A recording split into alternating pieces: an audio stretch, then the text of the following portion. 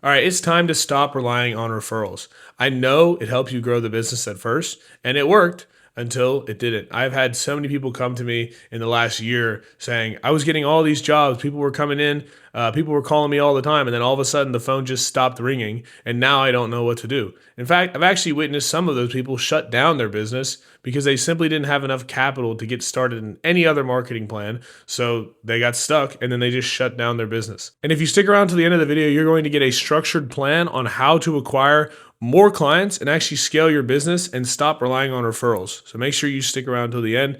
As always, like, subscribe. Let's go ahead and get into it. If I look at referrals from a basic psychological standpoint from the entrepreneur, the problem with referrals at a base level is that it is easy, right? It is easy to rely on referrals because it's like, well, I don't have to do anything. Technically, the lead was free. I get this new client. Everything looks good. The problem is when you rely on referrals and you are constantly waiting for that next job to come in, if it dries up, you don't have any jobs. Like, you're just done. And the next part with that too is that you're not actually taking any real risks. As an entrepreneur, our job is to take risks, right? We are supposed to take risks to grow the business. I mean, think about it. Like, when you decided to become your own boss, how many people said, oh, that's stupid, you shouldn't do that? Like, before you did it, everybody was cheering you on. They were like, yeah, you have this idea, you want to start a business, that's a great idea. And then as soon as you actually go to do it and you quit your job and you go all in on this thing, everyone's like, dude, you're delusional, you need to get a job. That's a risk. It's those risks that make your life better. And when you get comfortable in life and in business, you get stuck and you stay where you are. And this is a mistake that I've made too, because it's like, okay, well, I can just rely on referrals. I know my clients are going to tell other people about my business. So why not just keep doing that? Well, the problem is if a job doesn't come in, then it's like I have absolutely no method to get any clients. And so what happens after that?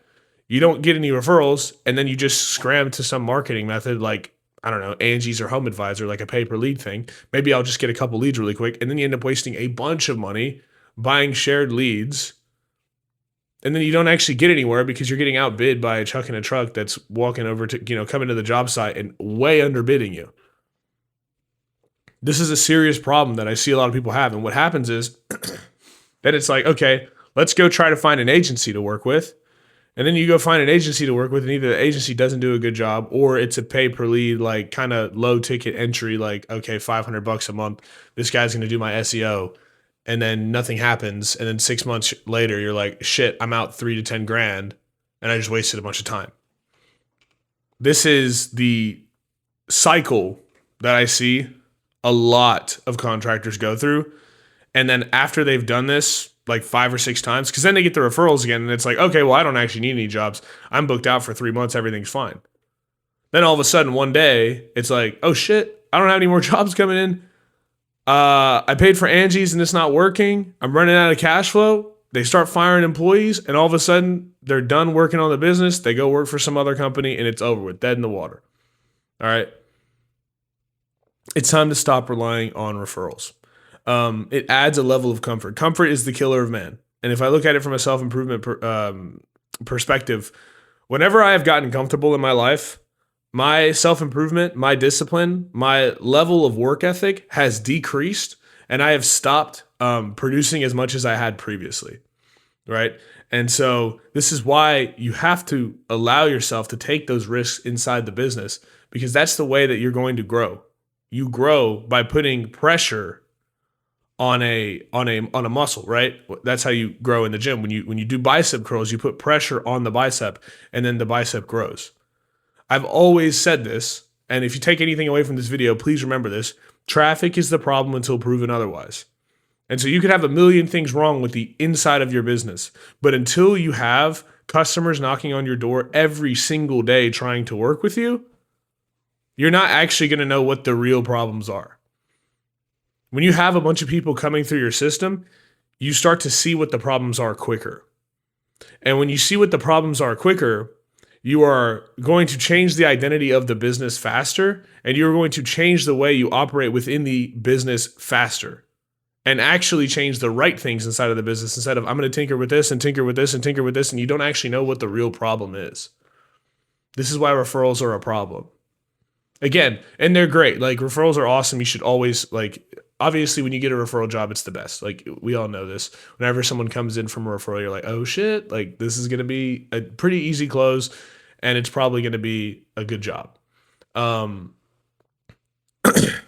but again, that can dry up. It's not predictable. And so you need something that is predictable within your business. So this is how you do that. The first thing you're going to want to do is run some sort of research in your area and see what people are buying and how they're buying, why they're buying, and on what platforms they're buying. Okay? I know this might be a little untraditional from what you hear like other people say. They're like, run ads or find a platform and decide to run ads on that. That is true, but you need to do research first, and not research on why people would buy your service, but research on why people are buying in your area right now. Like what are people buying? What is making people buy? When you find that out, you've done half the work, right? That is like the 50% that nobody wants to start with. In fact, that's the 50% that most agencies don't even start with either. Because you go hire a marketing agency and they're like, okay, here's an offer. We're going to throw up some ad creatives. And it's like, well, we don't even know what these people want. You might not realize this, but you might be running ads on Facebook, but people are ready to buy on Google. There are people actively searching up what you are selling every single day. So you need to do real market research on what people are buying and why they're buying. You have to find that out first before anything else. And so that's my first recommendation. Realistically, there's plenty of AIs that you can use to do this. There's a good one called Manus, Manus. It's Meta's AI. Great researching platform. It will go and dig through all sorts of forums and pages, and it'll dig through Facebook. It'll dig through Google. It'll help you find what people are searching for. There's other things too. Like there's good sites where you can find keywords that people are looking for online, like what people are searching on Google, what people are looking for on Facebook. Go look at ad library stuff. Go look at Reddit. Go look at your competitors' reviews. I know that's kind of a crazy one. But look at your competitors' reviews. Look at the 1-star reviews. Why are people upset with the service that they purchased from your competitors? If you can find that, there's a bunch of 1-star reviews and you see that it's all kind of the same reason why they, didn't like working with that company, you can sell that. Hey, we actually get you these results by not doing what these other people do, right? Once you have figured this out, then you can figure out where the right place to actually advertise your business is, right? Is it Google? Is it Facebook? Is it TikTok? Is it Instagram? Is it YouTube? You have to find the right spot to advertise your business. Once you have figured that out, then it's just time to create your actual ad. So if it's on Google, you need to create your website. You need to have the proper keywords in place, and you have to have your bidding strategy organized on Google. On Facebook, it's the same thing. You have to create your ad creatives. You have to create your offer, and then you have to create your proper bidding strategy on Facebook and target the right audience, right? Your offer, and I guess I didn't say this part, but you need to create an offer that is aligned with what people are looking to buy in your area, right? Like what are people really interested in? I'll tell you right now, for bathroom remodels, one of the biggest reasons that I've seen a lot of people buying bathrooms, like fully gutting out their bathrooms and buying, like building out new bathrooms, like an actual bathroom remodel, is because the boomer generation is hitting their 70s and 80s. And a lot of these people need more accessible showers, and the showers that they have are not as accessible, or the tubs that they have are not very accessible. And so they need something that's easier for them so that they don't slip and fall and hurt themselves. Your service, like, I don't even know if you realize this, but your service might save grandma from like falling and like hitting her head. That's a great selling point. You might not have known that if you didn't do the research previously. Find your angles. So your offer is like, this is what we are going to get you. And your offer needs to be something that everyone looks at and goes, oh shit, I really want that thing, right? So you have to test multiple offers and find the one that people are actually buying. Because the thing is, if you have a bad offer, 10 campaigns can fail. If you have a good offer, your campaign can go amazing. I have seen campaigns flip in a 72-hour time frame, all because we flipped the offer and changed the offer to something that people were more likely to buy. So understand that like the offer plays a very, very big role. Then it's the angles. What kind of angles are you going to use to actually put pressure on the customer to purchase your service? Is it going to be fear of loss? Is it going to be saving money? Is it going to be making money? Is it going to be better health? And think about it. You can play this role with everything. Saving money. You might have a specific method that you use within your service that can save them a lot of money compared to working with other companies, right? You might have something, your service can actually increase the value of that person's home or of that life, right? So like, you do a bathroom remodel, it increases the value of their home. Now they can sell their home at a higher price when they do decide to sell, right? Because you have remodeled their bathroom. Health, right? If they have mold in their shower and you go gut out their bathroom and get rid of all the mold and replace it, guess what happens? Now there's no mold anymore. Now they're not coughing all the time and wheezing. They're in better health, right? Maybe it's the neighbors. They want their neighbors to see their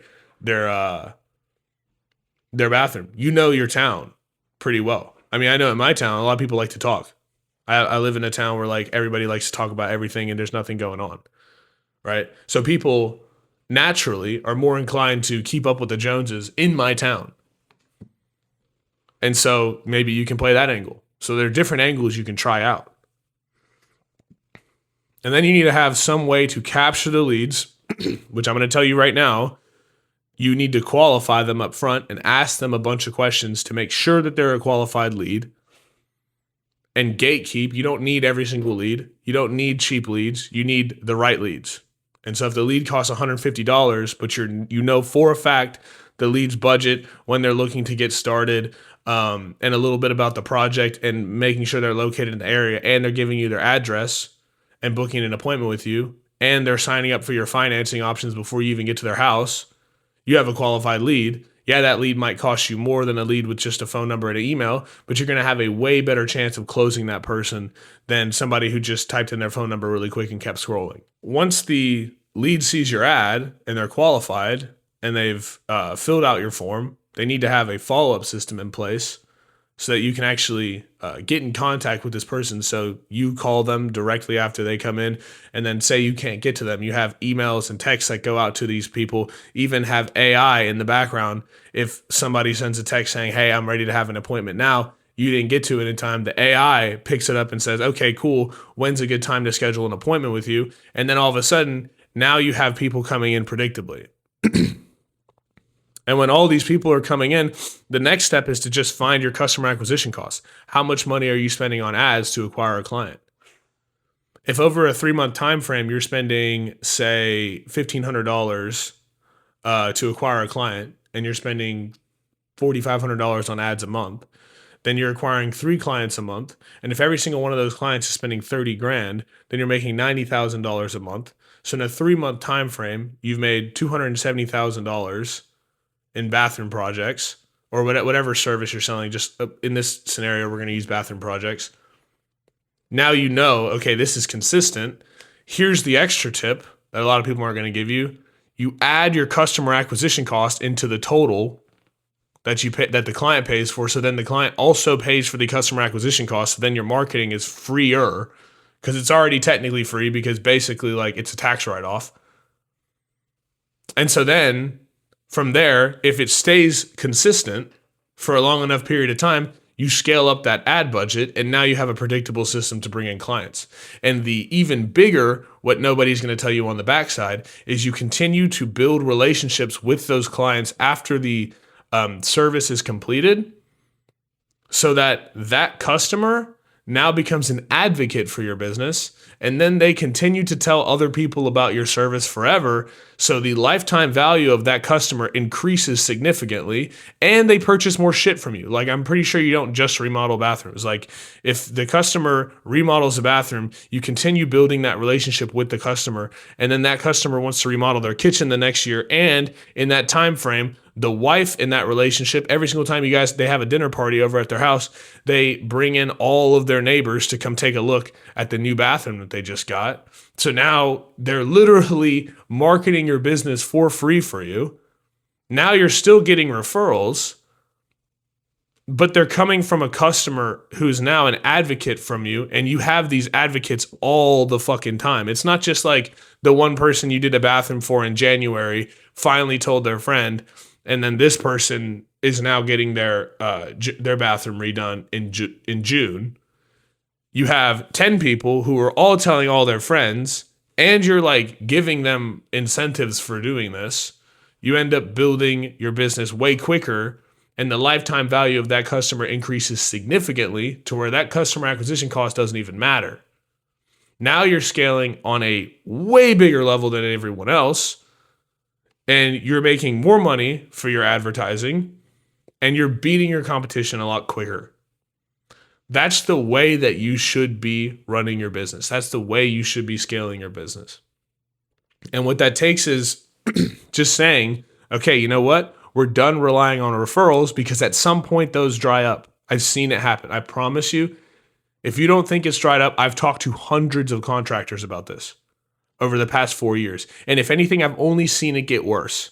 When I first started, it was like, oh, it's gotten a little bit quieter. And like since COVID, it's kind of died down a bit. Now it's like, it's dead. I have no more jobs coming in. Like it flips immediately. Like I see the switch flip where like the phone just stops ringing. Do not turn into one of those guys. And if you need more help with this stuff, I do all this, everything I talked about in this video with my service. You can click the first link in the description. And if you're not ready to work with me, if you're like, I don't really know this guy and I don't know if he's going to be able to help me, you can click this playlist right here and watch exactly how to set up a Facebook ad campaign for yourself. And as always, have a good day, and I'll see you in the next one.